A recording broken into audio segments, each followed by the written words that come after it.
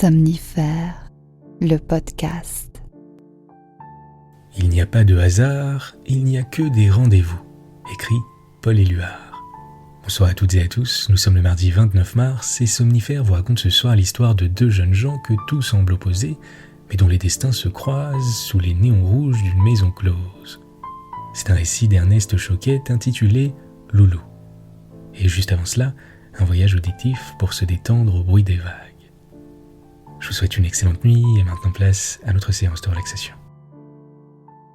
La séance de relaxation.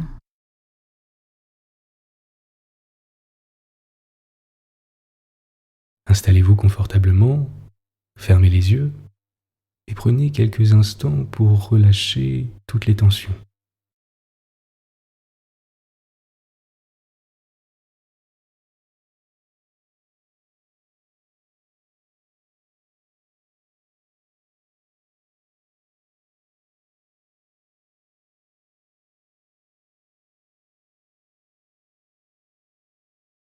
Quand vous êtes prêt, prenez une grande inspiration, gonflez votre ventre et expirez à votre rythme. À nouveau, une grande inspiration, on gonfle les poumons un maximum et on évacue toutes les tensions à l'expire.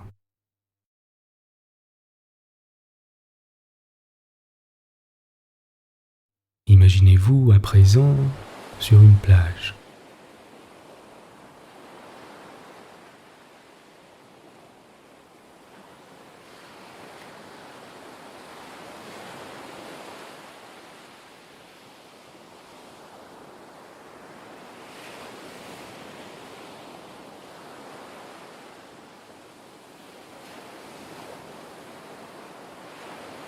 La température est idéale.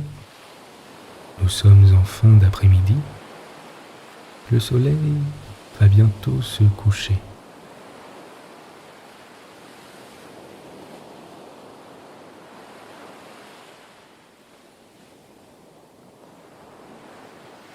Il ne fait ni trop chaud ni trop frais.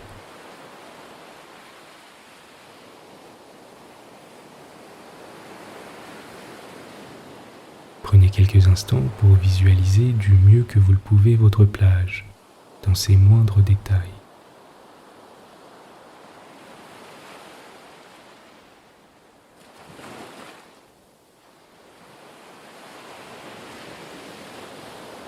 C'est peut-être une plage que vous connaissez ou une plage que vous imaginez.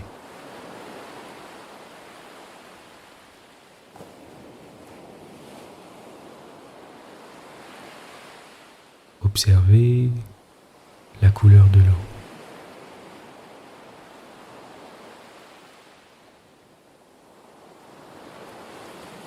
La couleur du sable.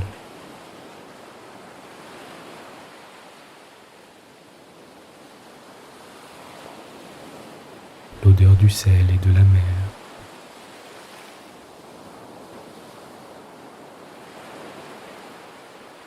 La brise qui vous caresse le visage.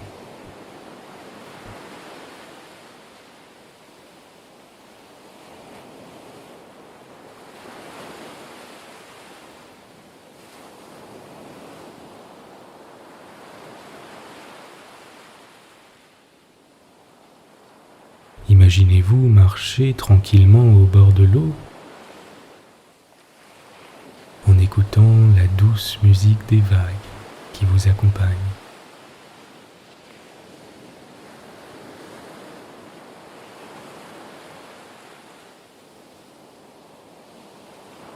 Notez la sensation du contact de vos pieds avec le sable tiède.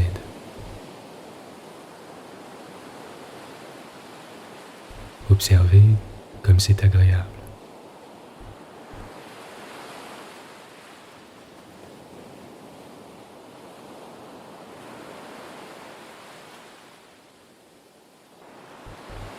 La plage est immense.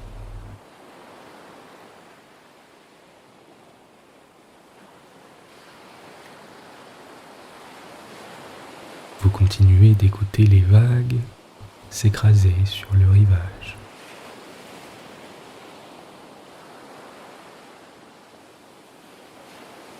Vous êtes désormais tout près de l'eau et vous pouvez sentir la brume de l'océan sur votre peau.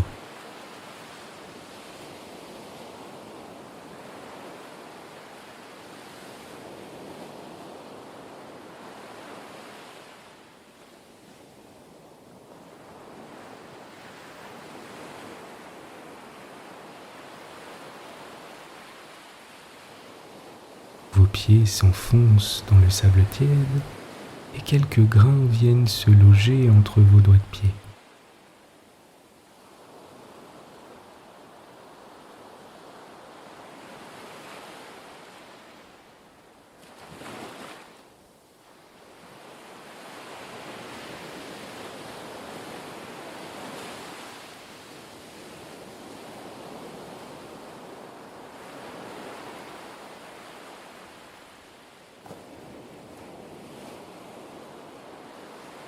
Portez simplement votre attention sur votre respiration, sur l'air qui entre et sort de vos narines, et laissez-vous bercer par la musique des vagues, sans rien attendre de particulier.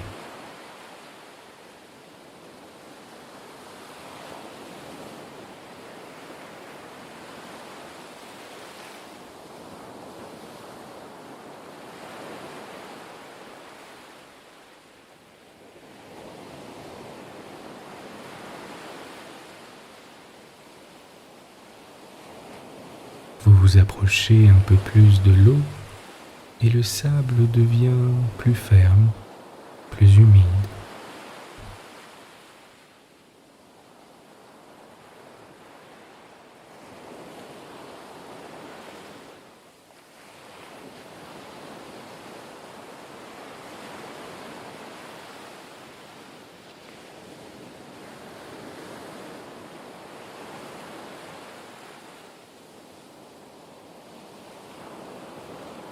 Une vague s'approche doucement de vos pieds et les immerge avant de reculer.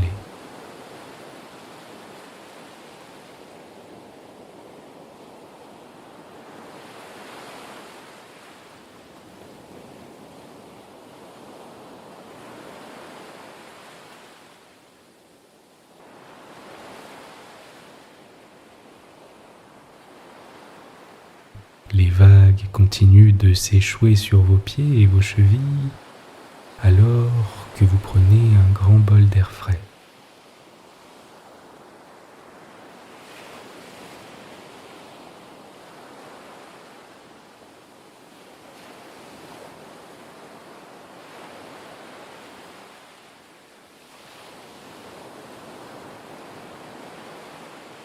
Vous continuez de marcher et d'avancer dans l'eau claire et limpide.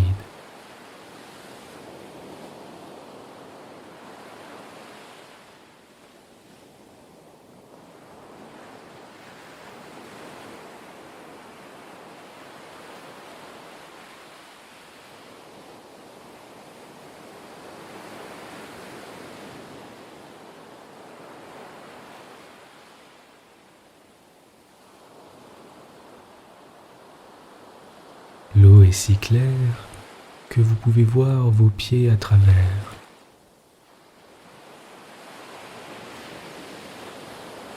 Et les rayons du soleil filtrés par l'eau qui ondulent sur vos pieds nus.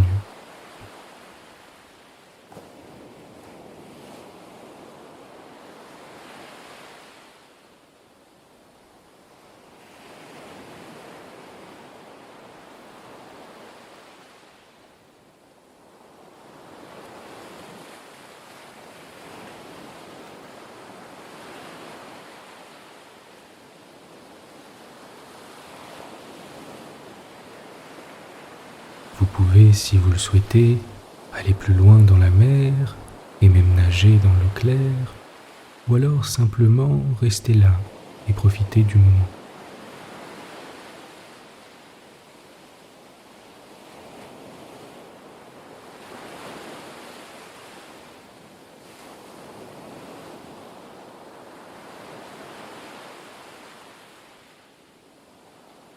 Vous vous sentez en paix et en phase avec votre environnement.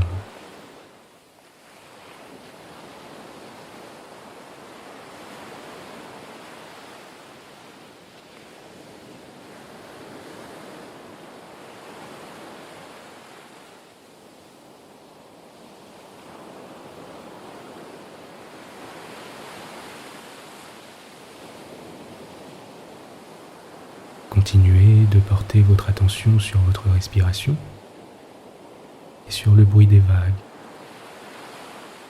qui vous bercent et vous réconfortent.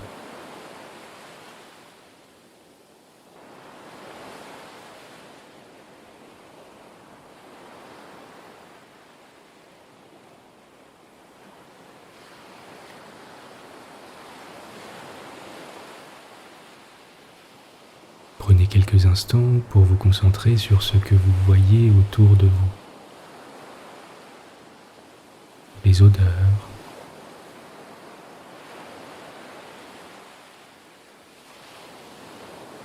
les sensations de l'eau contre votre peau,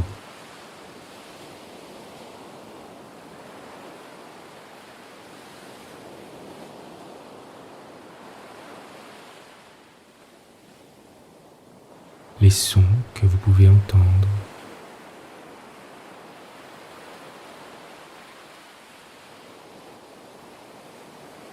le goût de l'eau salée à vos lèvres,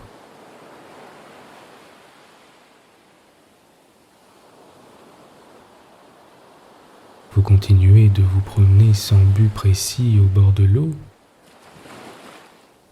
alors qu'un sentiment de bien-être et de quiétude s'installe.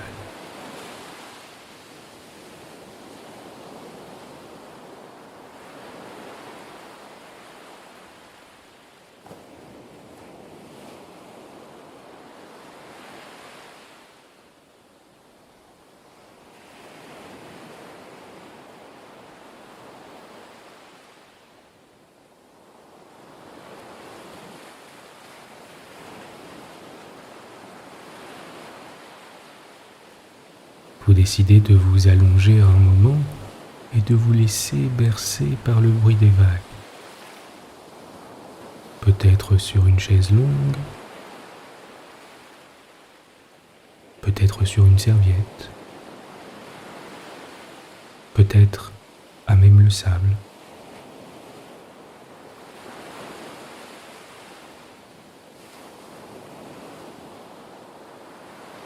Vous vous allongez et continuez de relâcher toutes les tensions.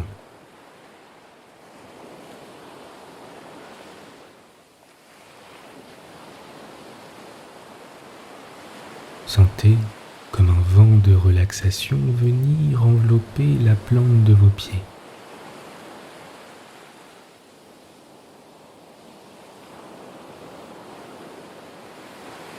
Et remontez lentement vers vos chevilles qui se détendent.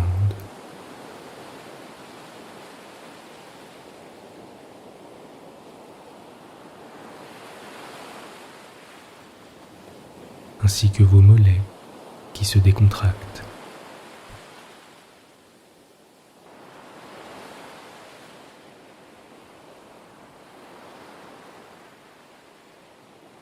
Vos genoux.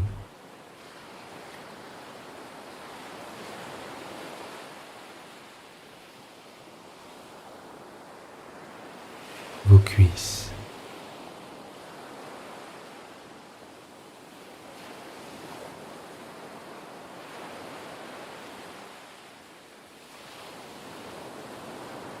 Vos hanches.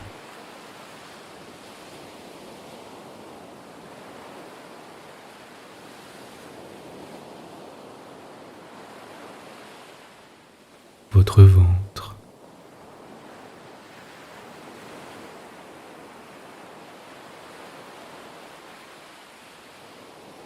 Le bas de votre dos.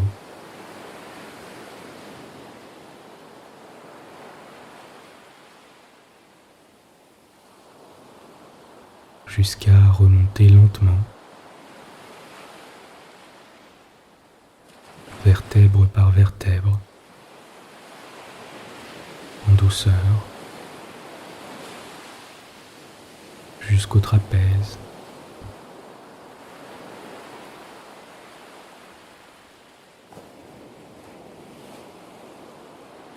Puis vos épaules et votre nuque qui s'abandonnent.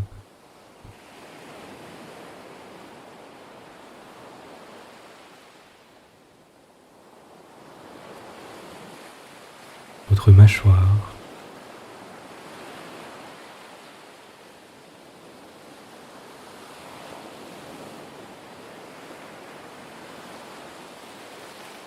votre langue,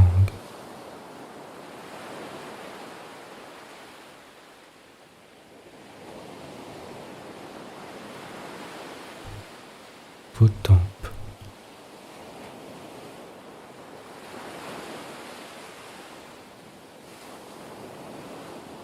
le point entre vos deux sourcils,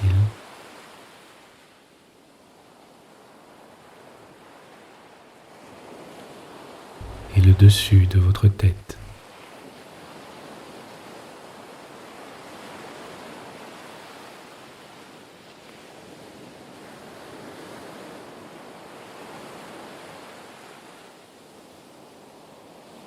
Vous vous sentez à l'aise et en paix.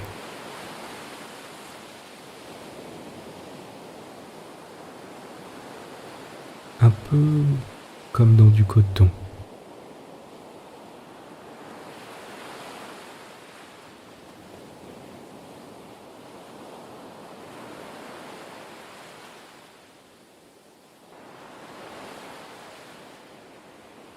Laissez les tensions se dissiper et laissez-vous lentement déconnecter.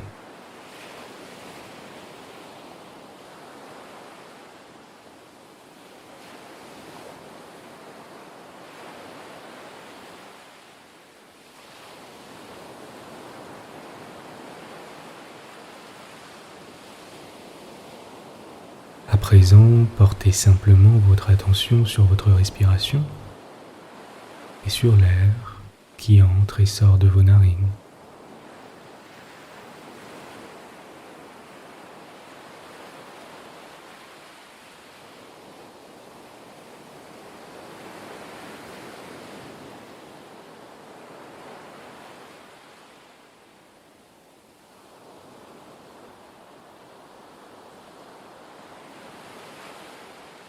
Et laissez-vous bercer tranquillement au bruit des vagues et de la mer.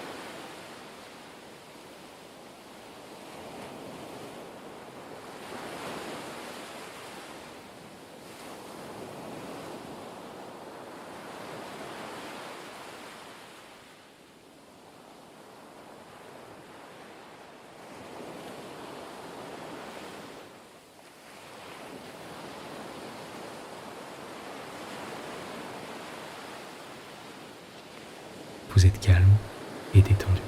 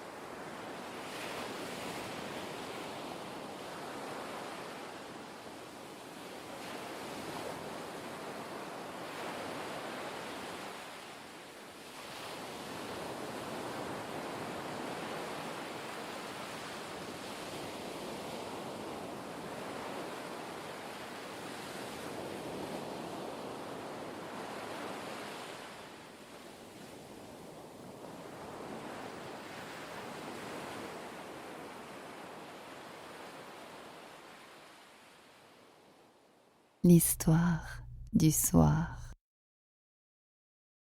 Il y avait longtemps que ça le tentait d'y aller. Et les soirs de rigolade, à l'occasion des clôtures d'examen, quand il entendait les carabins de dernière année se raconter leurs aventures en pouffant de rire, il ne manquait jamais de se dire « Il faudra pourtant que j'y aille moi aussi ». Car lui, Robert Renaud, avait été élevé dans un coin de terre tranquille, où sa jeunesse s'était écoulée douce et heureuse, calme et régulière. Puis pour faire médecine, il s'était tout à coup trouvé transporté dans la ville, au milieu de l'étourdissante turbulence des citadins. Et il n'y était jamais allé. Ça lui faisait peur. Puis il y avait toujours quelques idées chastes qui le retenaient. Il s'était vite mis dans le train de vie de l'étudiant. Ses études, ses cours, sans manquer parfois les tapages organisés les soirs de théâtre. Mais quant à pénétrer dans ces repères affreux de perdition, à envisager seulement ces mégères qui l'écorcheraient vivant sans doute, lui souffleraient leurs haleines empoisonnées de lépreuse, non, il n'osait pas se décider. Il y avait toujours un blanc fantôme d'ange gardien, retenu de son temps de collège, qui s'entêtait à ne pas l'abandonner. Un soir, cependant, dans l'atmosphère des cigarettes, du cognac brûlé, du scotch qui embaumait le salon de l'aurore, il avait senti se fondre insensiblement dans le même nuage les restes flottants de ses scrupules. Et il les avait suivis machinalement, les autres, partis en caravane pour un chahut d'enfer, au-dedans de ces maisons lugubres qui dardaient sur l'asphalte des rues leurs flamboyants numéros. En entrant, il en avait reçu un grand coup dans le cerveau, et une sensation de vertige, d'engloutissement final et sans retour l'avait tout à coup secoué. Ces mégères féroces, ces dégoûtantes harpies, à voix rauque, à regards effrontés, qui l'examinaient à travers leurs mauvais rires. Oui, tout son grand corps en avait été secoué. Mais bientôt, à côté de celles-ci qui exagéraient à dessein leurs allures canailles et cyniques, il en eut vite remarqué une, très douce, à l'air bon, comme presque honteuse et gênée elle aussi de se trouver là. Elle ne lui avait point souri, ne lui avait pas fait d'agacerie choquante, et il restait étonné de la voir si tranquille et si réservée. N'osant pas se mêler au tapage que faisaient ses amis, il s'était assis auprès d'elle sans penser. Et pendant que ses compagnons, avec une insouciance bien de leur âge et de leur état, chantaient, joignaient leurs cris gamins aux apostrophes hardies des filles, lui, tout doucement, s'était mis à lui parler, avec des phrases simples, presque tristes, qui semblaient étranges dans ce milieu de plaisir et de débauche. Il l'avait questionnée avec sympathie. Et elle, en tenant sur lui son regard grave et surpris, avait répondu à ses questions sur le même ton respectueux. Mais au bout d'un moment, comme prise d'une idée obsédante, en continuant de le regarder en plein dans les yeux comme un être à part. « Pourquoi ne me tutoyez-vous pas comme le font tous les autres hommes ?» lui demanda-t-elle. Robert resta sans réponse. Puis pour ne rien expliquer, il dit à son tour « Pourquoi ne me tutoyez-vous pas vous non plus ?» Des raisons il n'en trouvait point sans doute, car ils s'étaient seulement tus tous deux sans un mot à ajouter. Alors, persistant toujours à l'examiner profondément, elle avait repris à la fin. « Oh, comme j'aimerais cela de m'entendre parler ainsi. Mais s'il nous écoutait, il se moquerait de nous. Aussi, voulez-vous, nous allons nous tutoyer. » Et ils avaient convenu de continuer de causer avec ce pronom de familiarité qui gardait malgré tout un cachet particulièrement respectueux. Tout à coup, Robert, comme concluant un raisonnement secret, à brûle-pourpoint. « Alors, pourquoi ne t'en vas-tu pas d'ici ?»« M'en aller d'ici ? M'en aller ? C'est vrai. Mais tu y viens bien, toi ?» lui répondit-elle simplement en manière de réponse. « Moi oui, mais ce n'est pas une raison. C'est que j'ai bien deviné que tu ne ressemblais pas aux autres filles autour de toi. Tu ne parles pas, tu ne regardes pas effrontément comme elles. pourquoi ne t'en vas-tu donc pas ?» Avec quel élan de joie et d'orgueil elle buvait ces singulières paroles de touchante sympathie qui réveillaient chez elle l'affection toujours persistante dans un repli quelconque du cœur. Puis, revenant tout de suite à cette conversation, elle reprit avec un air de candeur qui la transformait. « M'en aller d'ici, dis-tu, pour redevenir honnête, n'est-ce pas? Toi qui me parles d'une manière si singulière, dis-moi plutôt autre chose. » Un bruit de danse, de refrains folâtres arrivait d'à côté. C'étaient les étudiants qui continuaient leurs noces en compagnie. « Mais tu ne songes donc point à t'amuser, toi, comme tes amis ?»« C'est vrai, » répondit Robert. « Allons les rejoindre. Viens-tu » Il s'était levé, cherchant à l'entraîner avec lui. Mais elle ne voulait pas, désirant le garder à son côté pour elle seulement. C'était si bon de l'entendre parler.